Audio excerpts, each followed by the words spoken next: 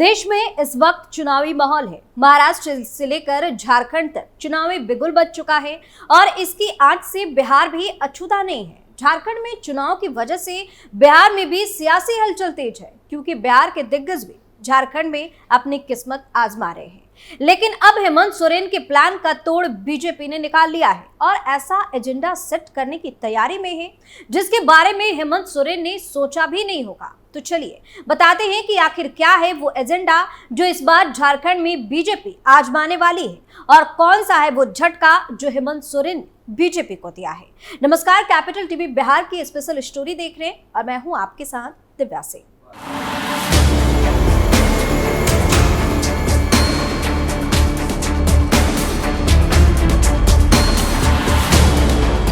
झारखंड विधानसभा चुनाव में बीजेपी अपनी पूरी ताकत झोंकने को तैयार है। पार्टी ने चुनाव प्रबंधन की कमान बिहार भाजपा के दिग्गज नेताओं को सौंप दी है। केंद्रीय मंत्री से लेकर विधायक तक सभी को क्लस्टरवार जिम्मेदारी दी गई है। इन नेताओं का मुख्य काम है रोटी, बेटी और माटी के नारे के साथ गठबंधन को घेरना और स्थानीय मुद्दों को बुनाना। दरअसल बीजेपी इस बार कोई कोर कसर नहीं छोड़ना चाहती। चुनावी रणनीति बनाने से लेकर उसे जमीन पर उतारने तक हर काम के लिए अलग अलग टीम बनाई गई है। इसमें केंद्रीय मंत्री नित्यानंद राय, नितिन नवीन, सांसद विवेक ठाकुर और बिहार के वरिष्ठ विधायक संजीव चौरसिया जैसे दिग्गज चेहरे शामिल हैं। इन नेताओं को झारखंड के अलग अलग जिलों में चुनाव प्रचार और प्रबंधन की जिम्मेदारी सौंपी गई है। स्वास्थ्य एवं कृषि के साथ पश्चिम बंगाल के प्रदेश प्रभारी मंत्री मंगल पांडे को भी महत्वपूर्ण जिम्मेदारी सौंपी गई है। बिहार के नगर विकास एवं आवास मंत्री और छत्तीसगढ़ के प्रदेश प्रभारी नितिन नवीन के सामने सबसे बड़ी चुनौती है। उन्हें मुख्यमंत्री हेमंत सोरेन के विधानसभा क्षेत्र बरहेट के साथ 2 जिलों के 6 विधानसभा क्षेत्र का क्लस्टर प्रभारी बना दिया गया है। इसमें साहेबगंज और पाकुड़ भी शामिल है। वहीं सांसद विवेक ठाकुर को मुख्यमंत्री हेमंत सोरेन का गढ़ माने जाने वाले दुमका और जामताड़ा जिलों की कमान सौंपी गई है। उन्हें इन 2 जिलों के 6 विधानसभा क्षेत्रों में पार्टी प्रत्याशियों की जीत सुनिश्चित करनी है। केंद्रीय गृह राज्य मंत्री नित्यानंद राय को देवघर और गोड्डा जिलों की जिम्मेदारी दी गई है। उन्हें इन दोनों जिलों के 6 विधानसभा क्षेत्रों में पार्टी की जीत सुनिश्चित करनी है। बिहार के वरिष्ठ विधायक संजीव चौरसिया को भी 6 विधानसभा क्षेत्रों का दायित्व दिया गया है। हर हाल में महागठबंधन को घेरना। बता दें कि बीजेपी की रणनीति रोटी, बेटी और माटी के नारे के साथ महागठबंधन को घेरने की है। इसके साथ ही पार्टी स्थानीय मुद्दों को भी भुनाने की कोशिश करेगी।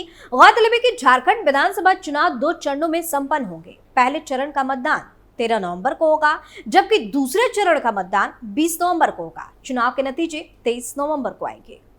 परिवारों के खाते में टिकट ही टिकट। एक तरफ बीजेपी सत्ताधारी पार्टी को घेरने का कोई मौका नहीं छोड़ना चाहती, तो वहीं दूसरी तरफ झारखंड से लेकर महाराष्ट्र तक टिकट को लेकर भी सवालिया निशान लगा हुआ है। दरअसल देश में इस वक्त चुनाव का दौर जारी है। लोकसभा चुनाव के बाद कई खाली हुई संसदीय सीटों पर उपचुनाव होने हैं, तो वहीं कई राज्यों के विधानसभा चुनाव की तारीख भी आ गई है। चुनावी समर के शंखनाद होते ही इसकी पहली प्रतिक्रिया टिकट बांटना शुरू हो गई है। इस स्टेप में राजनीतिक दलों की एक खास बात सामने आ रही है। टिकट वितरण के इस खेल में राजनीतिक दलों में परिवारों और उत्तराधिकारियों पर ही ज्यादा से ज्यादा भरोसा दिखाया गया है। झारखंड से लेकर बिहार और महाराष्ट्र तक ये नजारा आम है। इनकी बानगी के लिए बता दें कि झारखंड में बीजेपी ने एक पूर्व सीएम के बेटे, एक पूर्व सीएम की पत्नी और एक पूर्व सीएम की बहू को टिकट देकर विधानसभा चुनाव में उम्मीदवार बना दिया है। लगभग हर दल के ने परिवारों के लिए ही खजाना खोल दिया है।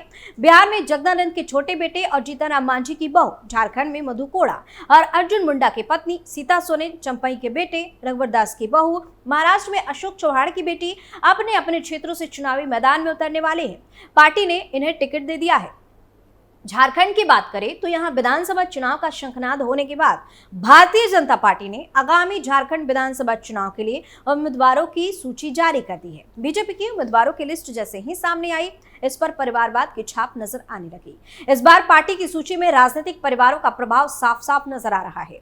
बीजेपी ने न केवल अनुभवी नेताओं पर भरोसा जताया है, बल्कि कई प्रमुख राजनीतिक परिवारों के सदस्यों को भी टिकट देकर उन्हें चुनावी मैदान में उतार दिया है। इनमें सबसे प्रमुख नाम रघुवर दास की बहू पूर्णिमा, अर्जुन मुंडा की पत्नी मीरा मुंडा और चंपई सोरेन के बेटे बाबूलाल सोरेन का है। पूर्व सीएम रघुवर दास की बहू को मिला टिकट।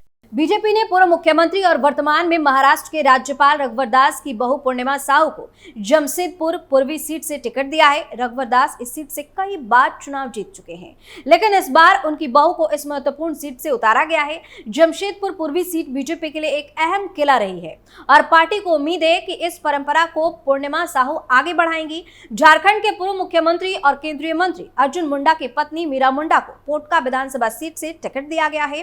अर्जुन मुंडा का झारखंड की राजनीति में गहरा प्रभाव रहा है और अब उनकी पत्नी मीरा मुंडा इस सीट से चुनाव लड़ेगी। पोटका क्षेत्र में मुंडा परिवार की गहरी पकड़ है और बीजेपी को यहां से अच्छे परिणाम की उम्मीद है। इतना ही नहीं, निर्दलीय चुनाव जीतकर कांग्रेस के सहयोग से मुख्यमंत्री बने मधु कोड़ा की पत्नी गीता कोड़ा को भाजपा ने जगन्नाथपुर सीट से टिकट दे दिया है। गीता कोड़ा ने सिंहभूम लोकसभा सीट से संसदीय चुनाव भी लड़ा था, जोबा मांझी ने उन्हें पराजित कर दिया था। सीता सोरेन को जामताड़ा से टिकट। झारखंड के मुख्यमंत्री हेमंत सोरेन की भाभी सीता सोरेन ने लोकसभा चुनाव 2024 से पहले बीजेपी का दामन थाम लिया था। सीता सोरेन को बीजेपी ने जामताड़ा विधानसभा सीट से चुनावी मैदान में उतार दिया है। टिकट मिलने के बाद उन्होंने कहा कि झारखंड की जनता बीजेपी की सरकार चुनेगी। वर्तमान सरकार ने राज्य में सिर्फ भ्रष्टाचार और अपराध बढ़ाया है। आपकी सरकार आएगी और राज्य में बदलाव लाएगी। लोकसभा चुनाव 2024 से पहले सीता सोरेन बीजेपी में शामिल हो गई थी। उन्हें लोकसभा चुनाव में बीजेपी ने दुमका से चुनावी मैदान में उतारा था। हालांकि वह अपने ससुर शिबू सोरेन के गढ़ में सिंध लगाने में नाकाम रही थी। दुमका लोकसभा सीट से वह झामुमो यानी कि जमीम के नालिन सोरेन से हार गई थी। अब एक बार फिर बीजेपी ने विधानसभा चुनाव में उन पर भरोसा जताया है। चंपई सोरेन के बेटे बाबूलाल सोरेन को टिकट। झारखंड मुक्ति मोर्चा के कद्दावर नेता रहे चंपई सोरेन के बेटे बाबूलाल सोरेन को घाटशिला से उम्मीदवार बनाया गया है। चंपई सोरेन पहले भी घाटशिला से चुनाव लड़ चुके हैं और अब उनके बेटे को इस सीट से टिकट मिला है। चंपई सोरेन झारखंड की राजनीति में लंबे समय से एक्टिव रहे हैं। हेमंत सोरेन के जेल जाने के बाद उन्हें जेएमएम ने सीएम बनाया था, लेकिन बीते दिनों ही उन्होंने पार्टी से नाराजगी जाहिर करते हुए इस्तीफा दे दिया और फिर बीजेपी में शामिल हो गए। अब बीजेपी ने उनके बेटे बाबूलाल को घाटशिला से उम्मीदवार बनाया है और इस तरह वह एरिया में अपने पैर जमाने की कोशिश कर रहे हैं। बिहार में भी परिवारवाद। झारखंड से चले और बिहार में बढ़े तो यहां अगले साल 2025 में विधानसभा चुनाव होने वाले हैं। इससे पहले 4 सीटों पर 13 नवंबर को उपचुनाव है। ये उपचुनाव बेलागंज, इमामगंज, तरारी और रामगढ़ में होने वाले हैं, लेकिन परिवारवाद का साया चारों सीटों पर है। जहां बेलागंज में आरजेडी के सांसद सुरेंद्र यादव के पुत्र विश्वनाथ सिंह यादव अपने पिता की विरासत बचाने उतर रहे हैं, तो वहीं इमामगंज में हम पार्टी के सुप्रीमो और पूर्व मुख्यमंत्री जीतनराम मांझी की बहू दीपा मांझी उनके गढ़ को बचाएंगी। दूसरी तरफ पूर्व विधायक औलाहारी में बीजेपी से जुड़े सुनील कुमार सिंह के पुत्र विशाल प्रशांत पर बीजेपी ने भरोसा जताकर टिकट दिया है। इसके साथ ही रामगढ़ में आई भाई सुधाकर सिंह और पिता जगदानंद सिंह के गढ़ को आरजेडी अजीत सिंह बचाने के लिए जोर मारते दिखने वाले हैं।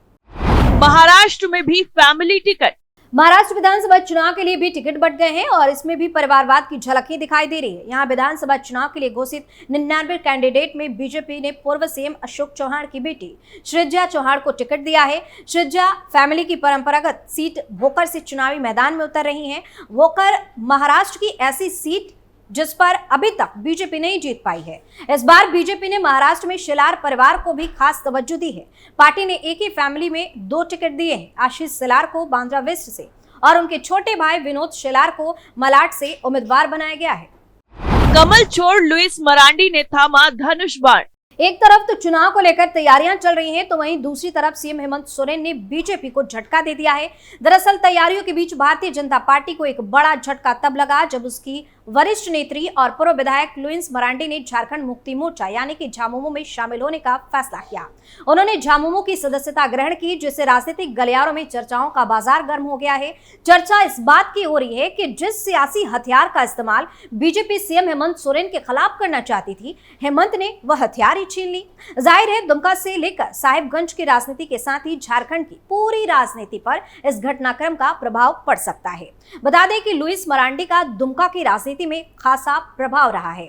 वह 3 बार दुमका से चुनाव लड़ चुकी हैं। 2014 के विधानसभा चुनाव में उन्होंने झामुमो के वर्तमान अध्यक्ष और मुख्यमंत्री हेमंत सोरेन को शिकस्त दी थी। हालांकि 2009 और 2019 में उन्हें हेमंत सोरेन से हार का सामना करना पड़ा।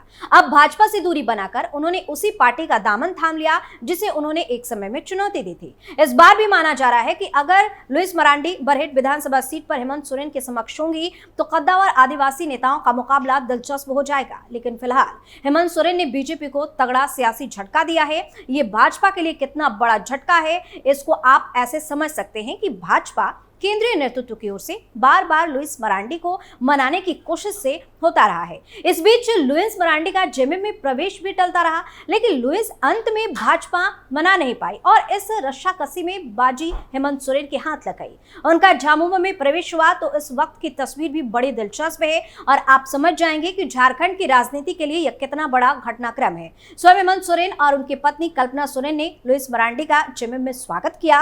आदिवासी नेताओं का एक बड़ा जत्था उनके वेलकम के लिए उमड़ पड़ा। इतना ही नहीं, जैसे ही लुइस मरांडी ने झामुमो का दामन थामा तो समर्थकों ने जोरदार आतिशबाजी की और पटाखा फोड़कर खुशियां मनाई गई। अब देखना होगा कि इस विकेट के गिरने से बीजेपी को चुनाव में कितना नुकसान उठाना पड़ेगा। स्पेशल स्टोरी में फिलहाल के लिए इतना ही। बाकी खबरों के लिए आप देखते रहिए कैपिटल टीवी बिहार। नमस्कार।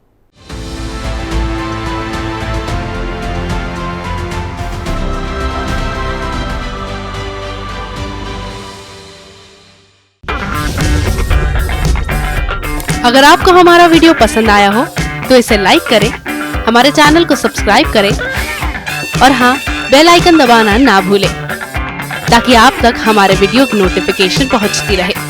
आप अपना सुझाव हमें कमेंट बॉक्स में दे सकते हैं। हमारे साथ जुड़ने के लिए शुक्रिया।